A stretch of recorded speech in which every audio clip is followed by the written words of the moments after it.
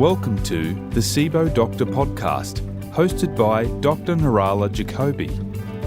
Medical experts join us to discuss functional digestive disorders, clinical practice and research as it relates to SIBO and associated conditions. This podcast is intended for SIBO treating practitioners and aims to help educate how we may best serve our SIBO patients. Head over to thesibodoctor.com and sign up to the SIBO Mastery Program and take your SIBO knowledge to expert level.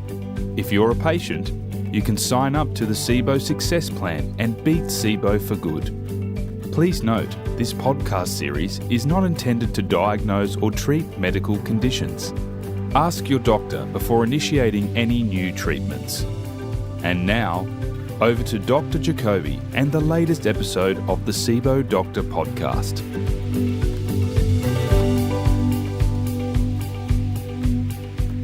Welcome to another episode of the SIBO Doctor Podcast. Today, I'm talking to Shivan Sarna, who is certainly no stranger to the SIBO community. Many of you will know her as the host of the popular SIBO SOS online summit series, which I participated in as well a few times. After dealing with her own health issues, Siobhan made it her mission to demystify her condition and to share that information with others who were struggling. Her special skill is finding and connecting with the leading expert doctors and connecting those experts with the people who need their help. And she has just published her book, Healing SIBO. So a very warm welcome to you, Siobhan. Thank you so much, Nirala. Dr. Jacoby, you have been such an inspiration to so many of us SIBO patients, and you have led the way in just a thought. So thank you so much for all the work you're doing. And I love your podcast. I'm a huge fan. It's so sweet. Thank you so much. Actually, this is not about me. This is about you, but thank you very much for that intro. Now, Siobhan, it's just been amazing to see all the different summits that you've put out over the years and all this plethora of experts that you've gathered, and all this input has really created this kaleidoscope of treatment options for patients. And I wanted to do this podcast to have more of the patient perspective, because you yourself are a patient and you've just published your book, Healing SIBO. So yeah, it's a wonderful time to talk to you, to kind of see all the things that have brought you to this point, and and what's happening right now. Well, thank you. The book is Healing SIBO: Fix the Real Causes of IBS, Bloating, and Weight Issues. The publisher wanted me to say in 21 days, so I did create that plan, but I'm putting that in parentheses. But my journey started when I was 5, when I went to India with my parents and drank water buffalo milk that was unpasteurized and became very ill. Then I recovered and I went to a working farm as a city slicker young child, and we milked cows, and I drank unpasteurized milk again. Now, I don't think it was a lactose scenario. I think it was another bacterial scenario, but I got food poisoning, so to speak, and was never the same. As a young person, 5, 7 years old, my father, who's Indian from India with a knowledge of basic Ayurveda, noticed that I wasn't going to the bathroom regularly. And I remember my mom asking me about it. And that was like my first experience of shame around going to the bathroom. I like at 7 going, mind your own beeswax, because I felt invaded, which is just like bizarre. Where did I get that from? But my SIBO wasn't diagnosed properly when I finally heard that a condition called SIBO even existed. I did a breath test that I had to beg my doctor for, went to a university in Florida and sat in the doctor's office foyer in the waiting room and did the SIBO breath test. I really didn't even know what it was, honestly. And I just got some results. They said it's negative. And I thought, oh, okay, well, I'm not going to explore this because it's negative. And I went finally to another doctor who I call a digestion detective, who sat with me for a full hour in my first appointment, which is phenomenal for a gastroenterologist that's been traditionally trained. And he said, listen, I think you should do another breath test, and I'd like to see the results of your first one. We got those results. We saw the graph. That's why I always tell people, get the graph, not just like the the yes, no. And someone had written positive, crossed it out, and wrote negative on that first test. So there was that. And I got treated. I did the traditional antibiotic route. I also did the herbal route, which is, closer to my heart. And slowly but surely, I started to get better and better. I did do the IBS SMART test. So I did get the blood test to see if I had antibodies from food poisoning, which I did do. And therefore, I'm very, very strict isn't the word, but I'm very compliant with my prokinetics. And part of my message, other than, what to do to heal SIBO in conjunction with your doctor, or as much as you can DIY yourself, but with guidance, is if you have a chronic condition, if you're managing it, you can still feel 100% better, even if you can't, quote unquote, cure the underlying cause. Because I think we get very black and white about these things. And it's very like, I want it on paper that I'm cured. But what if it's not on paper that you're cured, but you still feel great? Like, yay, I'll take it. Right? Yeah, I think you actually bring up a really good point, because people are sort of very attached to the number game. And, I see I don't see the really easy cases anymore, really. I see mostly the very complicated cases that have SIBO just as a component. It's just one aspect of what's going on with them. And there is so much information out there that people have taken the reins of their own healthcare, and that can sometimes backfire because they kind of build a whole house of cards on wrong information, for example, and they get deeper and deeper. And actually, just recently, I've had a number of patients who are almost argumentative with me in aspects of their care that I was just questioning, but they are so attached to what they think is going on with them. But anyways, I digress, but you probably have seen that a lot as well, where you manage the SIBO SOS, which is, I love that it stands for SIBO Saving Ourselves, I think, right? Yes, you got it. Yeah, and which is, I'm all an advocate for healing yourself. And I think the message there is that we need more educated doctors. We need more people that really understand what they're doing so that they can guide their patients, because patients are frustrated. And so you've created all these summits that initiated all of this and brought you to this point where you wrote your book. So what have you learned along the way from all these summits that you've put out, the SIBO SOS summits, and then subsequently other types of education that you've put out there? What I've learned is one of the side notes was what I just talked about how my perspective about a chronic condition has changed. It's a much more of a mature approach, right? It's like a wise approach versus, as one matures, we get, wisdom. Hopefully that's sort of the takeaway on that, is that I can feel so much better. It doesn't matter on paper if there's, a gas level or a anti-vinculin doodad or whatever. And that persistence is really important. But in terms of like the medical perspective, working with a trained specialist via Zoom or online, which you've been doing for so long, way before everybody was, making it common, 1 hour with that person can be worth 100 hours with a person that's not trained. So anybody who has resistance to working with someone that you're not in the same room with, please try to evaporate that so that you will take the plunge to work with a specialist who can save you so much time, energy, and money. And I initially was a little resistant, but was still enthusiastic, and it was great. Like the first 5 minutes, like you're talking to someone who gets you, who gets the language, and it's very exciting. So that be on fire about finding the right people. And then as far as a couple of switches in my brain, meal spacing. Like I was told to eat small meals throughout the day. Well, that's not how the migrating motor complex works. You need to have meal spacing. Maybe intermittent fasting works so beautifully for so many people, partially because their migrating motor complex is sweeping. That's, no one talks about that in the fasting world. And then the other thing, there are several things, but there is a different perspective about how I eat, the portions, chewing concept. Just a whole like food hygiene has come forward in my life, and I really try to savor the food that I do eat. And I also don't have food fear anymore once I figured it out, because before, if I ate a piece of food and had a reaction, it was just tragic. And it can feel that way. I'm not diminishing that at all. But there's a little bit of relaxation that comes when you really know the conditions you have, you know what the treatments are, and then you can decide, am I going to be compliant today or not?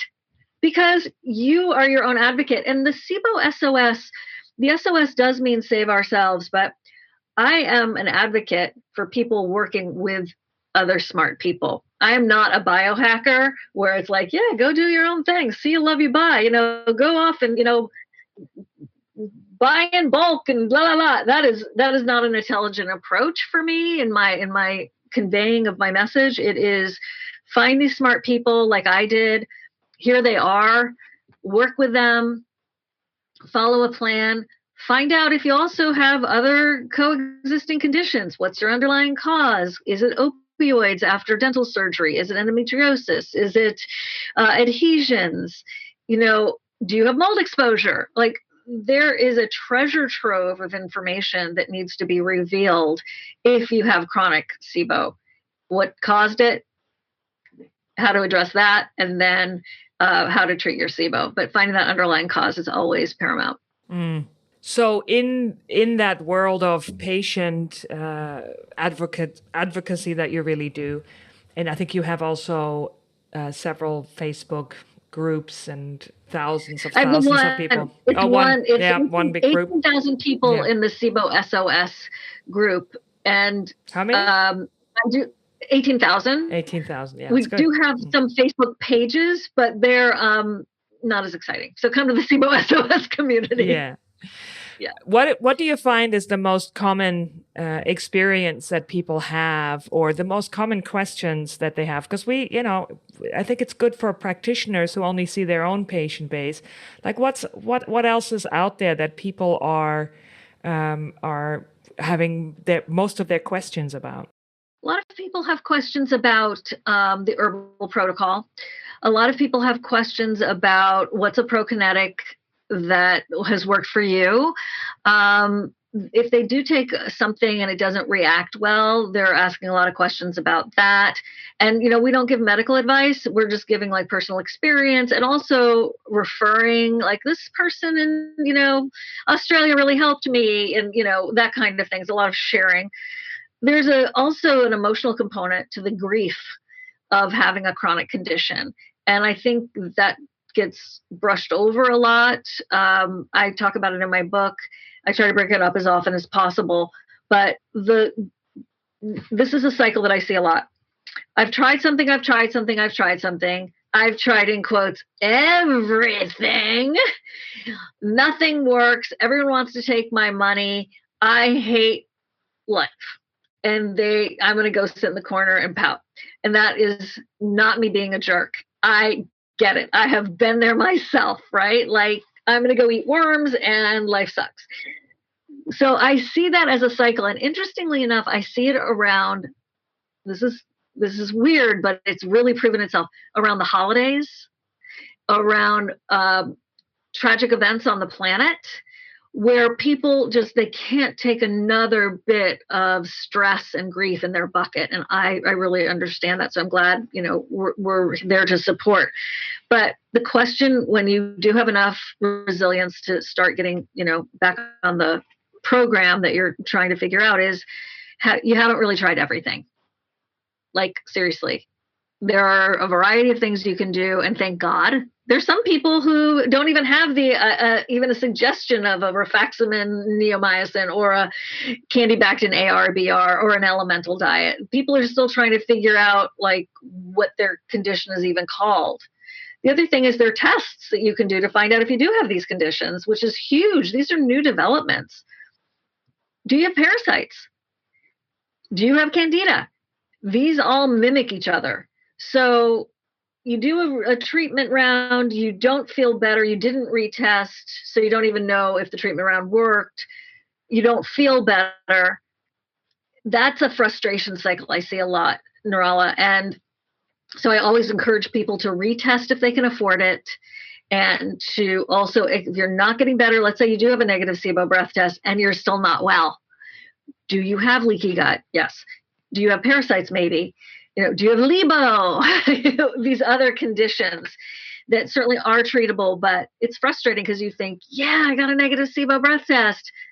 And then it's like, wah, wah, I still have work to do. So hang in there. Yeah, it's been quite a while where I only really exclusively focused on SIBO because I always think about it more like a train station, and like a lot of people that are on that same platform, but they took a lot of different routes to get to that platform. And you can't have a one size fits all protocol. I mean, I always customize it to each patient. And that's why it's so very important that you don't just get the understanding of SIBO, but also understanding that just what worked for that person is really maybe not going to work for you, because it's so beyond just using antimicrobials. For me at this point, I find that the bacteria, and this is what I've said a lot, is treating the bacteria is not hard.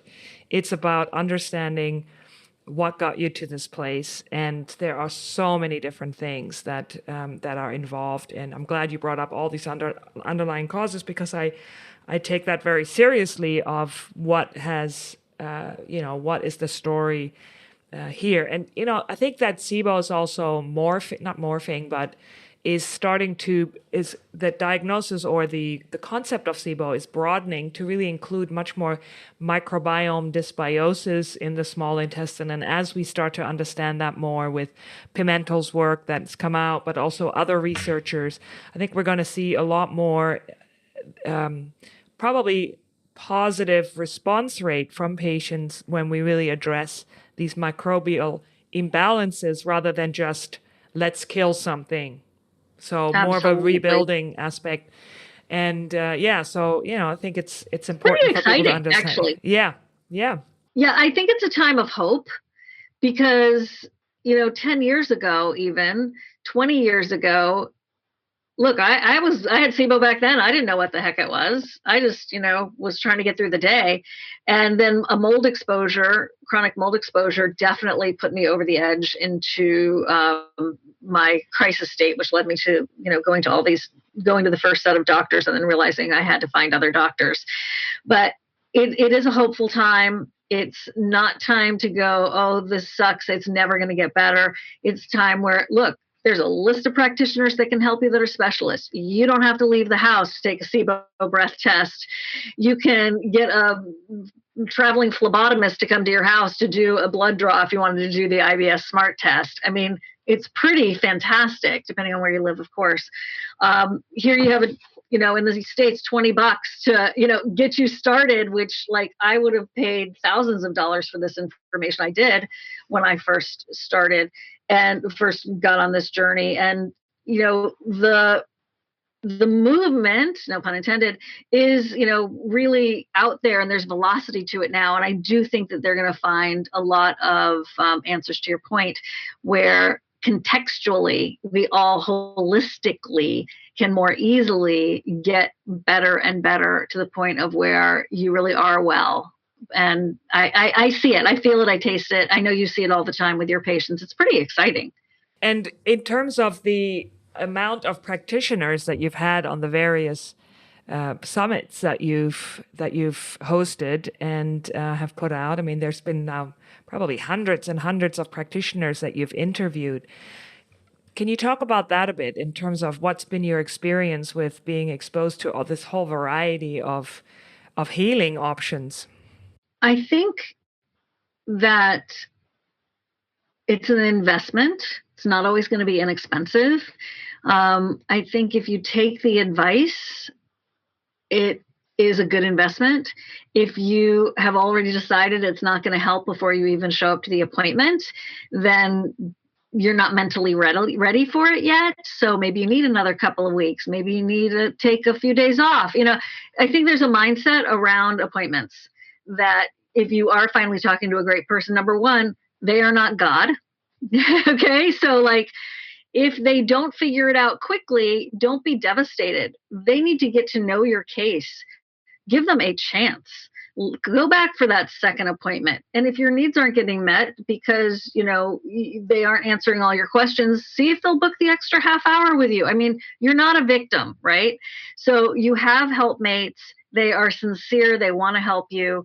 Have the mindset that you're a partner instead of that original concept of SOS, here, big mama, big daddy, save me. Instead, it's save ourselves and work with that practitioner. So I think that mindset's really important. And if you are going to a practitioner who's not fully trained, then help them. Let's say they're 70% great and they'll write you a script, or they'll, order you the SIBO breath test and all of that, and they'll be cooperative based on your suggestions. Great. Print out and email some studies to them. Be a partner for yourself and with them. And if you have a traditional practitioner who says SIBO doesn't exist, and it's so relapse, you relapse so much, nobody gets it. Oh, here, take, I've heard a lot of people get like partial advice that's wrong, that will end up hurting them. So you need to go into that appointment with the right attitude, with some information, with an open mind and open heart, and give that person a chance to get to know you, get to know your case, and then make a plan and follow up. Yeah, I think that's really good advice in terms of also being really prepared and understanding your conditions as much as you can. And that's where your book comes in handy, Healing SIBO. Mm-hmm. I've created a course called the SIBO Success Plan that really walks people through. You've created some stuff. So, there's lots of information out there where you can really educate yourself about all the different possibilities. Also want to mention to people who are patients that are listening about the What Caused My SIBO questionnaire that you can download for free, that you can take to your doctor, that might pinpoint or narrow down the field as to what may have caused your SIBO. So that's a free resource you can download. Now, in terms of modalities, in terms of people that you've interviewed, you've had naturopathic doctors, you've had medical doctors, researchers, nutritionists, homeopaths. Yeah. I mean, it's just like, what was some of the most interesting and colorful experiences you've had talking to practitioners of all these different backgrounds? I would say the adhesion piece was really interesting to me. It was unexpected. Dr. Steven Sandberg Lewis with his body work, the ileocecal valve manipulation that he does, and I know he's taught through your practice to people around the world, which is so cool. He's amazing. But the body workers have been really interesting, and that visceral manipulation, the Wern technique, clear passage out of Gainesville, Florida, and they're training people around the world. I mean, that's the answer for a lot of people that I don't think people give enough credit to. So that, I think, was really interesting. I think that acupuncture has motility points that when you can manipulate with acupressure every day can really help. I did go to an Ayurvedic physician in the very beginning, and he was not familiar with SIBO because it was kind of an overlap of going to him and realizing what SIBO was, and that I had it was very in the beginning. And that was fascinating. And I'm a yogi at heart, so I'm very, and half Indian, so I'm very into that. They don't approach things the way, we're used to in the Western world, but that was fascinating. And ginger being such an incredible prokinetic, I think they were like, they don't really have to address it because it's part of their culture. They're it's built into their food and the like. So those are just some side thoughts on it. But I think that with the right knowledge and then working, this is what I wanted to say about nutritionists, the most underrated practitioner out there, worth every penny you spend, to have someone sit with you and go through what you're going to eat, why you should be eating it or not, and trying to expand your diet. I found that and continue to find that to be one of the most underrated and underutilized practitioner out there.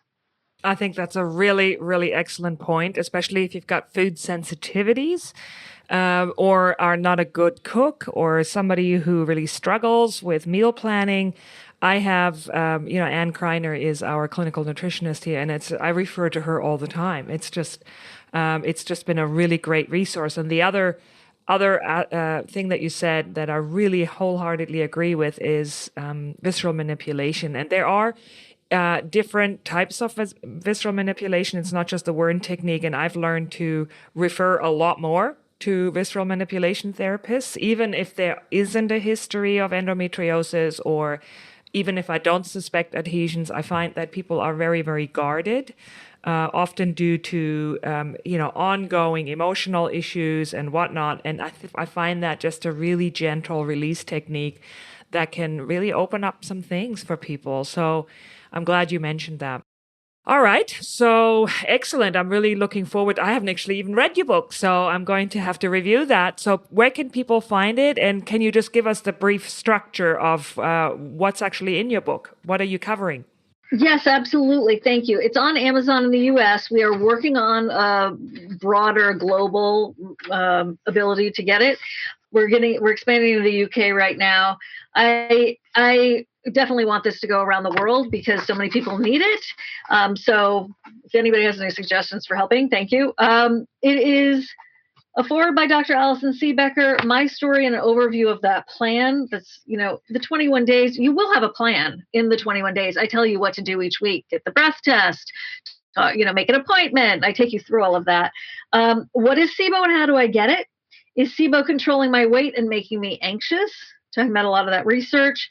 Your SIBO medicine cabinet, simple remedies for symptom relief, and then change your diet to change your life. The 21-day plan, how to destroy the bacteria, but know that that's not the only thing you need to be doing, okay? Retesting, relapsing, and retreating, SIBO-friendly recipes, and then an appendix. So the recipes are, I'm not a good cook, Nirala, okay? So I worked with Christy Regan, incredible SIBO nutritionist, and she helped me with developing these recipes. And then she made them and I made them. I'm like, if she can make them, that's fine. If I can make them now, we're making progress here. And they are delicious, creamy spinach artichoke dip. I mean, my mouth is salivating. Delicious soups and frittatas and pureed carrots, which sounds simple, but I make it extra special good. Honey macaroon. So there are a lot of recipes, and it is vegetarian, which is, veggies are the tricky part, right? With the carbs and everything. This is why I did that. Number one, I'm a vegetarian. That doesn't mean anybody else has to be one. That wasn't my agenda. I don't have an agenda. I figured you can always put a chicken breast on there, people. You can pick your protein, right? That's not the hard part. The hard part is getting the rest of the recipe to taste good. So each recipe, by the way, does have it notated if it is okay in the biphasic diet and SIBO-specific food guide, and specific carbohydrate diet. So, oh yeah, we got a shout out to Dr. Nirala Jacoby all over the place in this book. So, yeah. No, I'm glad you're doing the biphasic diet. Yeah, I'm glad that it's going to be also usable for people that are on the biphasic diet. That's great. We're actually working on another hybrid where we combine the vegetarian and the regular biphasic diet a lot more and give people more options and stuff, because we just love that vegetarian biphasic diet. It's such a great resource. Excellent. Well, I'm so happy that I had a chance to talk to you, Siobhan, and wishing you really all the best with the success of your book. We know it's needed. I mean, I talk to people from all over the world, and it's always shocking to hear how little education there is about SIBO in the professional world. So I'm hoping that also professionals are taking you up on that and reading about it and understanding more about what they need to do for their patients. So thank you so much, Siobhan. Thank you very, very much. Be well, everybody. You can do it.